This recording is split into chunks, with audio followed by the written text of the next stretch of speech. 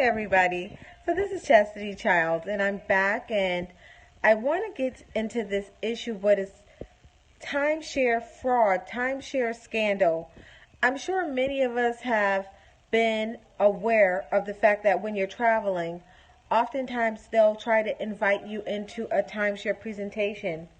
Sometimes they get so savvy to where they know when you're a frequent traveler to the point where they'll begin to invite you to these awesomely priced timeshare meetings, but they're disguised and they're hidden in these low price cruises or trips.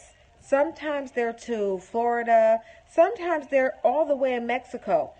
And what happens is that they offer you these huge price incentives. They'll pay you, or otherwise they'll give you a free cruise or a free dinner, and you'll go to the presentation because you're expecting this in exchange, only to find out that it was a scam. They're literally going to have you in there, and they're doing what is called a hard sell. A hard sale is a different type of sale for me. The first time it happened to me, I was scared because I travel alone 80% of the time. So I'm traveling and I'm going on a cruise and I'm prepared to go on this cruise, and I cannot get the cruise tickets unless I participate in this timeshare meeting. Now, I don't find out about this until I arrive. So the smart woman I am, prior to going into the timeshare meeting, I watched a presentation. So I Googled it so I could see what a timeshare presentation entails. I want to know what this is and what it should I be aware of. So as I'm Googling it and I'm watching and I'm paying attention to all the horrific purchases that people have made, all the nightmares, all of the elderly people that were scammed out of money for years. A lot of people have been paying for timeshares for long periods of time. You guys, sorry, my contractors are working on our tea house. So forgive, their supplies are in the back. So it's really just an inundated group of people that have literally been utilized again and again. So it'll be like elderly people. It'll be people that probably they get to sign into these contracts that they're targeting that really fit within a classification where they could get your name on the signature. So when you're in these pressure cooker presentations, a lot of things go down. I did a review, and I'm going to attach my review because I don't want to spend a lot of time talking about the different tactics, but I do want to tell you that they're high pressure, and if maybe you're with another person, it's something that you want to take in. And I know a lot of people that say, oh yeah, I just go to these because, you know, they'll give us some free, whatever the free thing is, and I'll walk away. Well, I just learned that now on the presentations, they're also having been known to actually put things in people's drinks. So you can be on one of the presentations and know that you're not going to purchase, and they're literally intoxicating people with different hallucinogenics that are making people sign off on them. They use intimidation tactics. It's very scary. I mean, I was very traumatized. I went on a cruise after that, and I mean, I wrote and I reviewed and I reviewed. I really reviewed, and I went off extensively, and I'll share my review link so that you can look at it. This video will be uploaded on our YouTube channel, so you'll have to go over there. As for the Periscope, you may not be able to see the link unless you Google us and find it on our YouTube channel. Anyway, either way, you can Google timeshare fraud and scandals and you can find out about it. I've also noticed that on Facebook, they're posting a great deal of these free cheap trips to Hawaii, like $80 for a weekend. Oh, come. And they get you there. And when they get you there, this is the time when they're showing the presentations. So they make you think that these people are timeshare holders, but no, they're actually people just like you that are actually coming to the resort. So they count on us to come to the resort to sit in on these timeshares that are going to, they know most of us are going to decline and just take advantage of the vacation. But now they're literally putting things in people's drinks to get them to sign.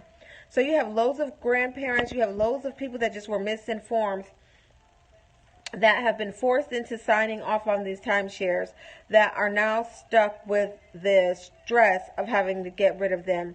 Now, here's the second level that I really need you to pay attention to.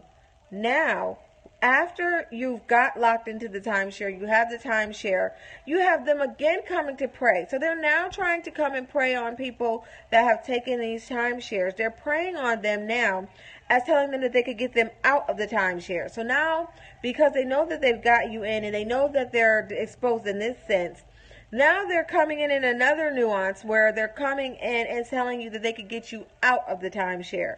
And they're taking more money from you and they're trying to lock you in this new age timeshare. It's a whole nother debacle. So I'm going to encourage you to share this video. And as a business entrepreneur group that I have here called Entrepreneur 101, this is important to business owners because business owners travel a lot. And in our travel, sometimes you're gonna get somehow sucked into a cheaper price or a cheaper hotel deal. But here is what you take away from it. If you're aware of timeshares, one, you know not to ever sign up for one. But two, don't drink anymore from there. You can't drink. Don't drink, don't eat. Do not go into something that you can have your senses taken from you. One thing, they'll have you sign, and the next thing you know, they'll be taking your liberty from you. So be very careful, especially female travelers. You have to always keep your head very clear. When I travel with a no nonsense policy. If people try to speak to me and talk to me and get my attention, very few times do they get it. And if they do get my attention, it's only to let them know that I have my headphones on, like, or I'll snap my fingers or something to let them know I don't hear you. Guess what? I hear you, and I'm just not paying you any attention. The person that turns back and gives that person that attention makes a mistake for themselves. Sometimes you'll be traveling as a business entrepreneur and you'll have to go overseas. There's times, imagine you're doing trading. Imagine you're doing international business where you'll have to be going to different going to different countries.